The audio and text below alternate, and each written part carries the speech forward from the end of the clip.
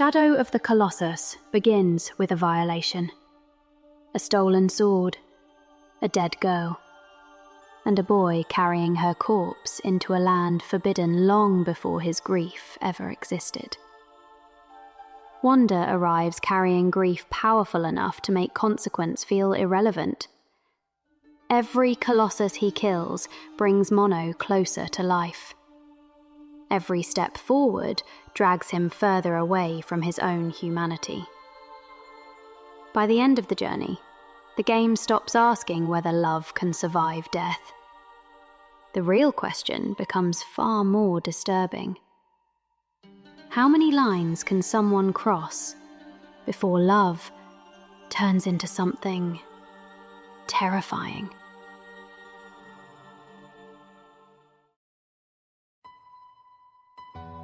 Wanda enters the Forbidden Lands carrying Mono's corpse across the back of Agro, his horse. The game never tells us exactly what Mono was to him. A lover? Sister? She was just someone he simply could not lose.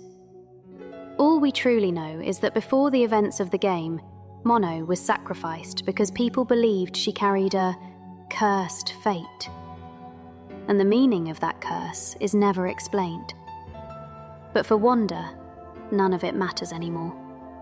He ignores every warning surrounding the Forbidden Lands. He steals the ancient sword. He abandons religious law, tradition, and every boundary meant to keep people away from that place. Because he has already accepted it. That detail changes the entire story. Wanda is not dragged into darkness by fate. He chooses to walk toward it himself. Everything about the opening reinforces this feeling. The empty landscapes, the silence, only loneliness and ruins. The Forbidden Lands feels sealed, like a place humanity was never supposed to return to. And yet, Wanda crosses into it willingly, driven by grief powerful enough to make consequence feel irrelevant. Because at this point, bringing Mono back matters more to him than religion, morality, fear, or even his own soul.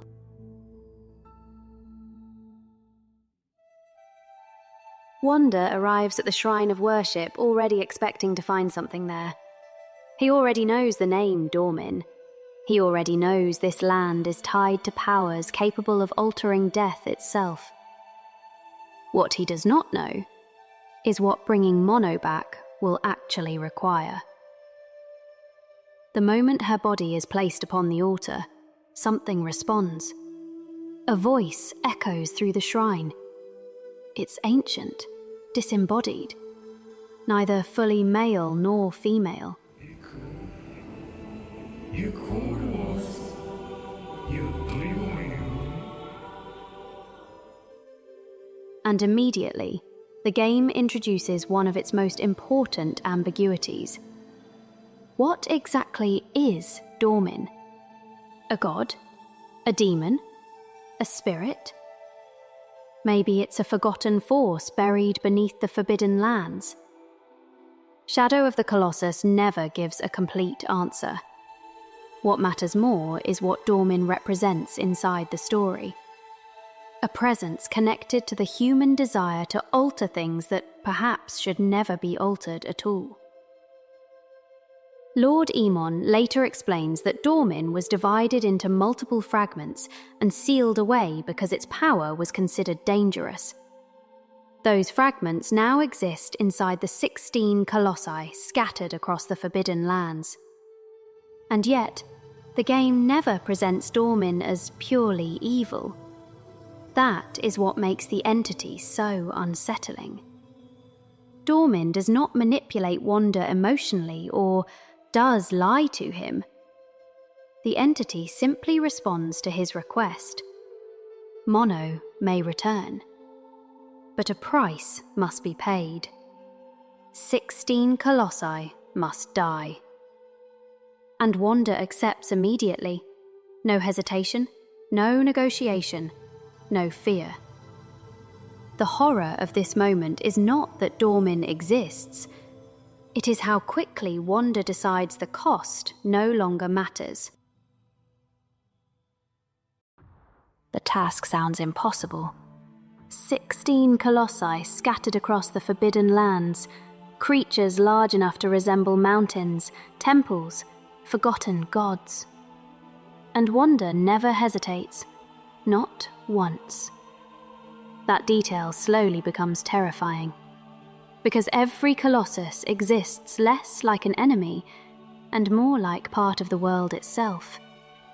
Some barely acknowledge Wanda's existence. Some move with the exhaustion of ancient beings that have wandered those empty lands for centuries. Shadow of the Colossus does something unusual here. It refuses to make victory feel clean. Every battle ends the same way. The music collapses, the creature falls, and silence takes over. The game lingers on death uncomfortably long.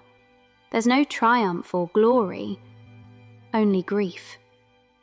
With every Colossus that dies, something escapes. Dark tendrils pierce Wanda's body. His skin pales. His face becomes hollow. His humanity starts eroding. The closer Mono gets to resurrection, the further Wanda drifts from himself. And the most disturbing part is that he sees all of it happening. The physical decay, corruption, all the warnings, and he continues anyway, because grief has completely replaced fear. At some point, the journey stops feeling like a journey to save someone you love, and starts feeling like a self-destruction quest with a purpose.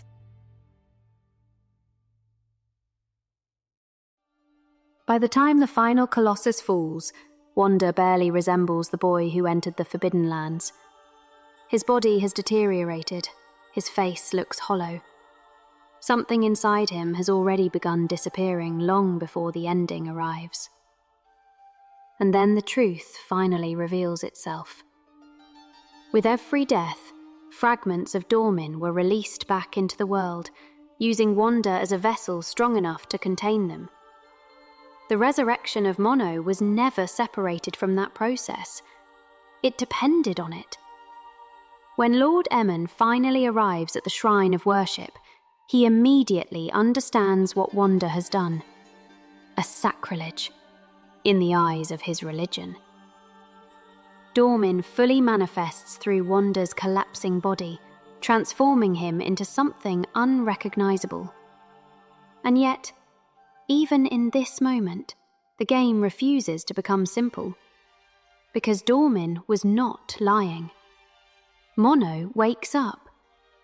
After everything, the impossible actually happens. But Shadow of the Colossus refuses to present this moment as salvation. The Forbidden Lands remain empty and isolated. The bridge collapses behind Mono, cutting the land away from the outside world once again. The Colossi are gone. Wanda no longer exists as he once did. Only a horned child remains. At first glance, the ending feels peaceful. Sunlight pouring through ancient ruins, Mono alive again.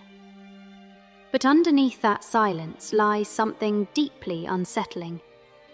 Because the game never tells us what kind of life Mono has actually returned to. There is no civilization waiting for her beyond the shrine. No future beyond the ruins of the Forbidden Lands. Only isolation. And a child born from the remnants of Dormin's resurrection. Suddenly, the meaning of Mono's cursed fate begins to feel far more disturbing. Mono becomes permanently tied to the consequences of Wanda's obsession.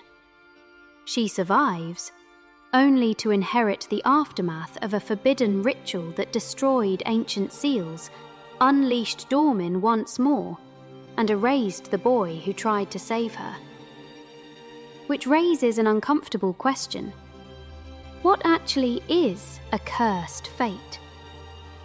What if the real tragedy was being brought back into a world already ruined by devotion incapable of letting go? And that is what makes the ending of Shadow of the Colossus so haunting. Wonder succeeds. And the end, salvation no longer feels any different than a cursed fate.